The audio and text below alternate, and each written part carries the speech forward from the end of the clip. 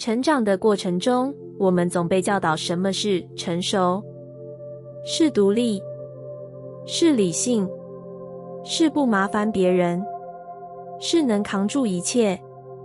于是我们开始学着沉默，学着压抑情绪，学着自己解决所有困难，以为不再依赖，不再流泪，不再动摇，就是成熟。但那样的成熟，有时只是一种伪装的孤单。你硬撑着日子，看起来坚强，却在夜里无声落泪，没人知道你有多累。你照顾每个人，看起来懂事，却没人问过你自己好不好。你把不打扰别人当成责任，把能撑下去当成荣耀，却没发现，其实你只是忘了把自己放进人生里。真正的成熟，不是你变得无懈可击，不是你不再需要任何人，也不是你让一切看起来都好端端的，而是你终于明白，这是我的人生，我愿意为它负起全然的责任。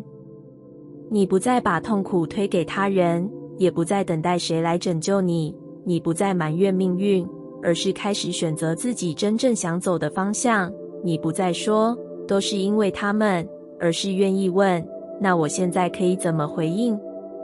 这种责任不是压力，不是负担，而是一种内在的力量感，是你终于相信自己有能力选择，也有能力承担后果。是你不再把情绪丢给外界，不再把决定交给别人，你学会面对自己的渴望，面对自己的伤口，面对自己的选择。这样的你开始活得更真实。你可能不再迎合每个人，不再让自己符合所有期待，但你也更平静了，因为你知道这条路是你自己选的，就算有风有雨，也不再是被推着走的路。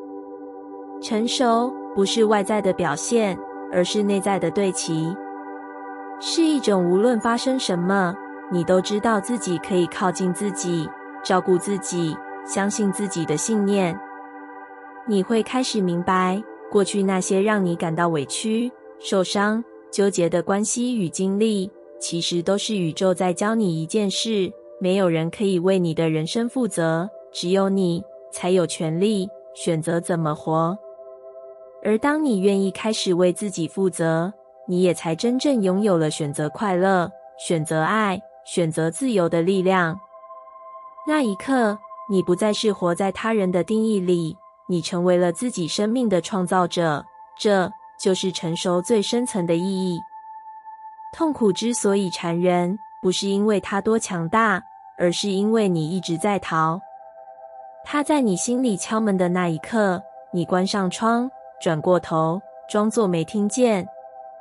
你说，我不想再想了。你说，我已经放下了。你说，不要再回来了，拜托。可你越不想看见它，它就越靠近；你越说没事，它越在你无防备的时刻掀起波澜。在某个夜晚，在一段沉默，在一首歌里，你以为早已遗忘的痛，突然又汹涌而来。不是他不肯走，是你还没有真正靠近他。靠近不是沉溺，靠近不是被他吞没，而是你终于愿意在那份痛里停下脚步，去听他要说的话，去感受他藏着的讯息。痛苦从来不是敌人，它是内在某个曾经被忽略的自己在对你呼救。它可能是小时候没能被拥抱的孤单，是关系里没说出口的委屈，是一次次否定自己的声音，在黑夜里悄悄长成巨大的阴影。而你一次次的远离它，只让它越来越大，越来越重，越来越难以触碰。你用理性分析它，用忙碌压住它，用笑容伪装它，甚至用灵性语言包裹它，却没有真正坐下来对它说一句，我愿意听你说。靠近痛苦是一种勇气，是一种你选择不再用逃避延长它的生命，而是用看见来温柔化解它的方式。当你靠近，你会发现，痛的背后是太久没有被了解的你，怒的背后是太想要被尊重的你，害怕的背后是太渴望被肯定的你。原来你不是太敏感、太脆弱、太情绪化，你只是还没被好好看见过。真正的疗愈不是快点好起来，而是你终于给痛苦一个位置，让它不再像个被遗弃的孩子，在门外泪流不止。你愿意说，好，我愿意停下来听你说，这句话才是真正的转化之门。你会惊讶地发现，当你愿意靠近，那些你以为会让你崩溃的感受，其实只是在等你牵起他们的手，一起走出黑夜。痛苦不会因为你逃而消失，它只会变得更加孤单。但当你靠近，它就不再是痛，它会化作你的力量，你的温柔，你的觉醒。因为你终于明白，靠近痛苦其实是靠近你灵魂真正的自己。你有没有过这样的时候，眼泪就在眼眶打转，却还是笑着说没事，心里早已累得不行，却还是说我可以，明明想要被理解、被拥抱、被留下，却总是摇摇头，把话咽下去，然后转身一个人撑下来。你以为这就是坚强，你以为只有这样才不会被世界轻视，被人觉得麻烦，被情绪击倒。你在一次次的失望与挫落里学会收拾自己，抚平自己，压抑自己，像个练习过无数次的演员，把痛苦练成沉默，把委屈练成笑容。但亲爱的，真正的力量不在那里。真正的力量从来不是你撑住了多少不说，而是你终于愿意放下那个什么都能扛的假面，愿意对世界坦诚，我也会怕，我也会痛，我也有累的时候。那一刻才是你最真实、最有力量的时刻。因为你终于愿意让情绪流动，不再堵在心里，你终于允许自己脆弱，不再需要证明，你终于开始靠近那个一直被压抑、被忽略，却最渴望被理解的自己。假装坚强，只会让你越来越远离自己。你用力维持的外壳，反而把爱挡在外面。你用来保护自己的墙，也让你无法接收到真正的支持与连结。你不是超人，你不需要是。你是一个灵魂，一个有感受、有起伏、有伤痕的灵魂，而这些正是你美丽的证明。当你愿意对某个人说，我不行了，可以陪我一下吗？当你愿意让自己在夜里哭一场，而不再觉得羞愧，当你愿意承认，我不坚强，但我诚实，你就在那个当下，回到了自己最深的中心。真正的力量，不是撑着不倒，而是你倒下了，还愿意温柔地站起来，不是为了应付谁的期待，而是为了回应你自己的需要。当你不再假装，宇宙才能靠近你，真正的疗愈与支持才有机会进来。因为你打开了门，不再用力关闭自己。那个愿意承认痛，允许自己被看见的你，才是真正拥有内在力量的你。而这份力量，不吵不闹，不硬不强，它像水一样，在你放下的时候，悄悄流入你心里，让你柔软，也让你坚定。所以，别再假装了，你已经够好了，你不需要证明什么。你只需要回来拥抱那个正在真实感受一切的你，因为那里才是你真正的源头。真正的力量就住在那里，从来没有离开过。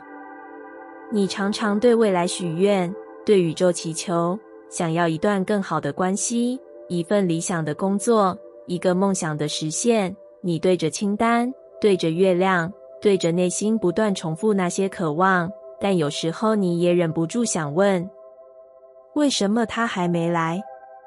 为什么我的愿望总是卡在某个看不见的门外？你可能以为是方法还不对，是宇宙没听见，是你的显化技巧还不够熟练，但其实有时候宇宙并不是没有回应，而是它正在等你怎么对待你的当下。因为宇宙不是听你嘴上说了什么，而是回应你此刻正在散发的频率。你说你想要丰盛，但你每天活在匮乏的焦虑里。你说你想要爱，但你总是在怀疑自己是否值得被爱。你说你想要自由，但你一边渴望，一边批判现在的生活，逃避现在的自己。亲爱的，这样的频率，宇宙怎么会听不懂呢？宇宙不是外在的神明，它是你内在的延伸。你怎么对待当下，宇宙就怎么对待你。你若轻视现在的每一刻，它也只能轻轻地停在门外，无法为你开启真正的变化。当下不是过渡期，不是等待区，不是失败的象征，当下就是力量的入口。你愿不愿意在还没实现愿望前就选择信任？你愿不愿意在还没有明确答案前就选择珍惜？你愿不愿意在一切还不如你所愿的当下，仍然活出你想成为的频率？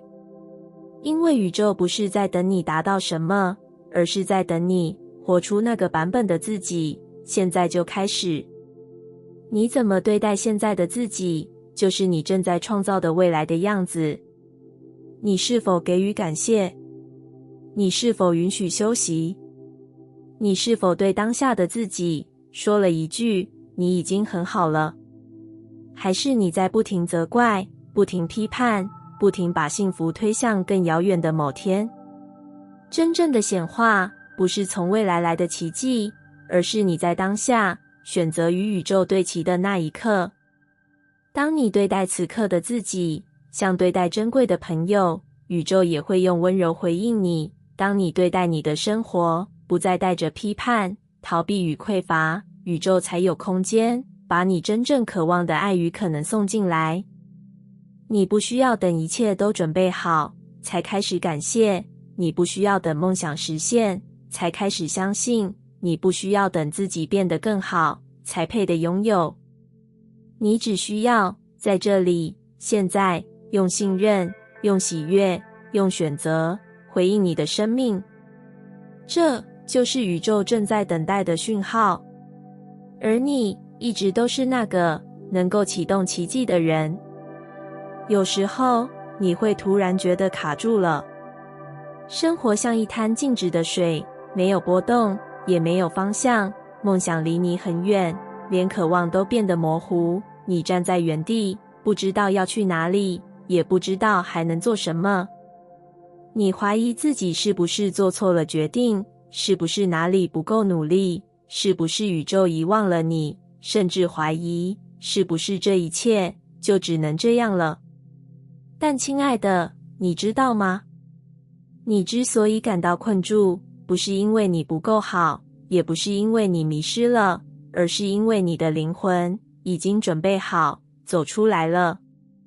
真正的困住不是在你迷路的时候，而是在你已经不属于过去的版本，却还没完全走进下一个你自己的时候。你已经穿过了许多老旧的信念，你已经不再相信自己是脆弱、渺小、不值得的。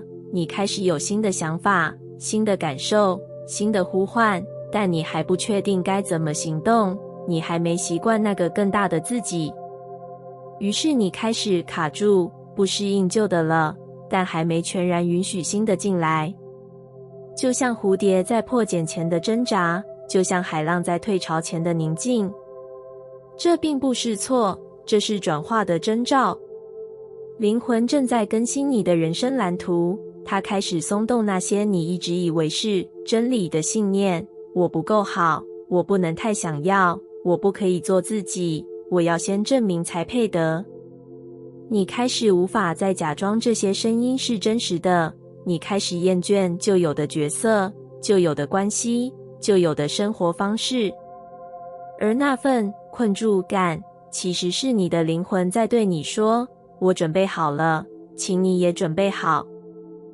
我们一起离开舒适圈，走向更靠近真实的地方。这份准备不是来自外在的改变，而是来自你内在那个越来越强烈的声音，我不想再将就了。我不想再假装了，我不想再压抑自己了。你会开始想清理房间，想辞掉没灵魂的工作，想远离让你压抑的关系。这些想法不是逃避，而是灵魂的指引。困住的感觉，只是因为你还习惯用旧的方式生活，但灵魂正在等你用新的眼光看自己，用新的信任做选择。请你不要急着走出来，但也不要再强迫自己留在不适合的地方。请你练习呼吸，练习安静，练习倾听内心的微光，那微光会越来越清晰，越来越温暖，直到照亮你整条路。这段困住的时间不是空白，是酝酿，是预备，是一场新的展开之前，宇宙为你调整频率的过程。所以，请你相信，你没有错过什么，也没有落后什么，你只是在蜕变的门口稍作停留。你的灵魂已经准备好了，现在轮到你勇敢跟上了。你是否也有这样的时候？明明已经很努力了，却还是忍不住责备自己，一个小小的错误就让你懊恼好几天，别人一句无心的话，你却在心里无限放大，反复咀嚼着，是不是我不够好？是不是我又搞砸了？我怎么总是这样？你不断要求自己要更成熟，更冷静，更坚强，不能失控，不能软弱，不能表现出太多的情绪。你说那是为了进步，为了让自己变得更好，但其实你也知道，这些更好总是建筑在对自己的不满、否定、怀疑之上。你用批判来驱动行动，用责备来监督自己成为那个理想模样，你以为那是自我负责，其实是一种深层的自我惩罚。但亲爱的，请你慢慢听见这句话，你对自己的批判，其实不是你不爱自己，而是你太渴望被爱了。你之所以会这么在意每一个失误，是因为你真的很想做好，很想被认可，很想被留下来。你之所以会在一点点的不完美里陷入自我责备，是因为你太害怕，如果不是最好，你就不再值得爱。你的灵魂深知爱的样子，所以当他觉得自己被排斥、被忽视、被拒绝时，那份渴望就会转化成批判，希望透过修正自己来换取爱的回归。